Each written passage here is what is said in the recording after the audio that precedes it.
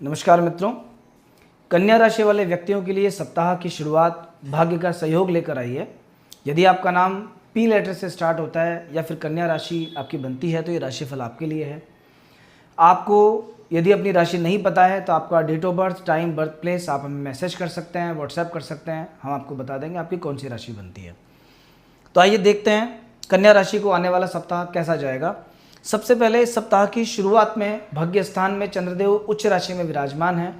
उच्च राशि में विराजमान चंद्रमा के फलस्वरूप किस्मत का पूरा पूरा सहयोग आपको मिलेगा। कम मेहनत में ज़्यादा काम होगा। जब भाग्य सहयोग करता है तो व्यक्ति को मेहनत कम करनी पड़ती है, पूर्व जन्म के पुण्य उसके काम आते हैं, फल उसको अधिक मिलता है। इस सप्ताह की शुरुआत में 23 और 24 तारीख को धर्म, कर्म, पूजा पाठ इसमें आपकी रुचि रहेगी। किसी धार्मिक कार्य में शामिल होने का मौका मिल सकता है, किसी मंदिर के दर्शन करने का मौका मिल सकता है।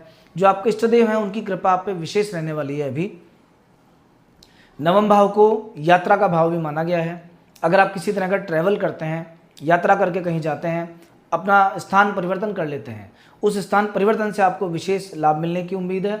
अगर आप कोई विदेश से जुड़ा व्यापार करते हैं, ऐसा कोई काम जिसमें विदेश से कुछ इंपोर्ट या एक्सपोर्ट होता है, या फिर आप जेम्स एंड ज्वेलरी के लाइन से जुड़े हुए व्यक्ति हैं, तो निश्चित रूप से सप्ताह की शुरुआत बहुत अच्छी जाएगी। ये 2 दिन आपको कोई विशेष फ़ायदा देने वाले हैं। किसी ऐसे व्यक्ति से मिलवा सकते हैं कि जो आगे जाके आपके लिए बहुत फ़ायदेमंद साबित हो।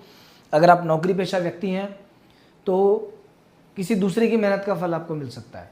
हो सकता है कि आपके जो सबॉर्डिनेट्स हैं, आपकी टीम के जो बाकी मेंबर्स हैं, वो बहुत अच्छा परफॉर्म करें, आपका परफॉर्मेंस उससे बढ़ जाए और ऑटोमेटिकली जो भी आपके टारगेट्स हैं वो जल्दी पूरे हो जाएं, उसका फ़ायदा आपको मिले, अप्रिसिएशन आपको मिले।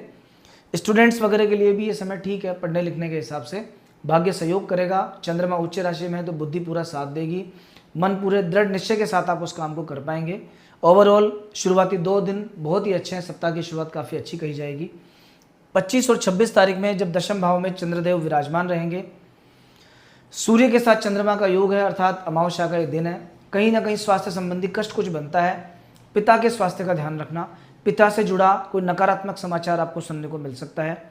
दशम भाव में स्थित बृहस्पति और चंद्र के शुभ योग के फलस्वरूप जमीन, मकान, प्रॉपर्टी से जुड़ा कोई भी काम अगर आपका पेंडिंग है, बहुत लंबे समय से अगर आप ज़मीन खरीदने का विचार बना रहे हैं, इन 2 दिनों में आप जाइए, ज़मीन देखिए, आपको उसका अच्छा फल मिलेगा। इस समय आपका शरीर आपका साथ देगा। शरीर भी स्वस्थ रहेगा, मन भी स्वस्थ रहेगा। शरीर में रोग आपको परेशान कर रहे थे तो बीमारियों में कमी आएगी। मन में उत्साह रहने से कहीं ना कहीं फोकस बढ़ेगा। एक काम के प्रति आप लगन के साथ में काम करेंगे और ये ओवरऑल ये समय आपको अच्छा जाने वाला है। 25 और 26 तारीख का समय संतान की तरफ से कोई शुभ समाचार सुनने को मिलेगा। पत्नी के साथ में या जीवन साथी के साथ में आपके रिलेशंस पहले से बेटर होंगे और व्यापार की दृष्टि से भी ये समय ठीक है, क्योंकि 3 ग्रहों का योग दशम भाव में है तो ये आपके करियर पर विशेष प्रभाव डालने वाला है। आपका जो भी प्रोफेशन है, व्यापार है, कामकाज है, उसमें ज़्यादा अच्छे रिजल्ट्स आपको देखने को मिलेंगे। एक बात और है कि यहाँ द्वादश भाव में सूर्य 12वें घर के मालिक हैं, दशम भाव में स्थित हैं। इसका सीधा अर्थ है यदि आप किसी विदेश व्यापार से जुड़े हैं, इंपोर्ट एक्सपोर्ट के काम से, तो ये 2 दिन इंपोर्ट एक्सपोर्ट के काम के लिए बहुत अच्छे हैं। विदेश में ट्रैवल करने के हिसाब से भी अच्छे हैं। शरीर का थोड़ा सा ध्यान रखना, मन का थोड़ा सा ध्यान रखना, पिता के स्वास्थ्य का थोड़ा सा ध्यान रखना। आगे बढ़ते हैं। 27 और 28 तारीख में एकादश भाव में चंद्रमा का बुध के साथ संयोग है। 11वें घर का मालिक जब अपनी राशि में होता है और बुध जैसे ग्रह के साथ कुमार ग्रह के साथ में रहता है, तो जो भी आपके मित्र मंडली के लोग हैं, जो आपके फ्रेंड सर्किल के लोग हैं, वो आपको फ़ायदा पहुंचाने वाले होते हैं। उनके सहयोग से आपको लाभ मिलता है। डे टू डे लाइफ में आपका प्रॉफिट अपने आप बढ़ जाता है। पहले अगर मान लीजिए दिन के कोई व्यक्ति 5,000 रुपये कमा रहा था, तब वो 7,000 कमाना शुरू कर देगा। 1,000 कमा रहा था तो 1,200 कमाना शुरू कर देगा। अगर आप एक व्यापारी हैं तो सेल अच्छी देखने को मिलेगी इन 2 दिनों में। आपको ऐसा लगेगा 27 और 28 तारीख में पता नहीं कहाँ से लोग आ रहे हैं, सेल बढ़ती जा रही है, पर कुछ ना कुछ अच्छा होगा। मित्रों के सहयोग से काम बनेगा। जो आपके पुराने मित्र हैं या कुछ नए मित्र बन सकते हैं, उन मित्रों के सहयोग से काम बनेगा। उनके साथ में घूमने फिरने का मौका आपको मिल सकता है। संतान के साथ में रिश्ते सुधारने का समय है। फैमिली के साथ में कहीं घूमने का समय है। अगर कोई विचार बना सकते हैं तो परिवार के साथ घूमने निकल जाइए। ग्रह पूरा सहयोग दे रहे हैं। पारिवारिक रिश्ते आपके बॉन्डिंग जो है वो थोड़ी सी और मजबूत हो जाएगी। भाग्य भी अभी साथ दे रहा है, तो कोई मुश्किल कार्य भी अगर आपको लगता है तो उसमें भी आप अभी प्लान कर सकते हैं, कुछ नया स्टेप ले सकते हैं। कुछ भी नवीन कार्य करने के हिसाब से समय अच्छा है। शेयर मार्केट में किया गया इन्वेस्टमेंट आगे जाके आपको बहुत फ़ायदा देगा। थोड़ा सा गोल्ड अगर आप खरीदना चाहें तो उसके लिए भी समय बेहद अच्छा है। इस सप्ताह के अंतिम दिन 29 तारीख को सिंह राशि में स्थित चंद्रदेव मंगल और केतु के साथ में योग बनाएंगे। देखिए, कन्या राशि को पहले से ही शनि का अभी कंटक चल रहा है। एक तरफ शनि का कंटक है, दूसरी तरफ 12वें घर में केतु और चंद्रमा का योग है, मंगल के साथ योग बनता है। कहीं ना कहीं ये शारीरिक हानि का योग है। शरीर से जुड़ा कोई कष्ट आपके सामने आ सकता है, घर से बाहर रहने का मौका मिल सकता है, या नहीं चाहते हुए भी बाहर जाना पड़ सकता है आपको। ट्रैवल में बहुत सावधानी बरतना, कहीं आना जाना पड़े अगर आपको तो सावधानी के साथ, सेफ्टी इक्विपमेंट्स के साथ में, और कोई भी रिस्की काम आपको नहीं करना है। गाड़ी वगैरह अगर चलाते हैं तो बहुत धीरे धीरे, ज़्यादा रफ ड्राइविंग नहीं करनी है वरना नुकसान दे देगी।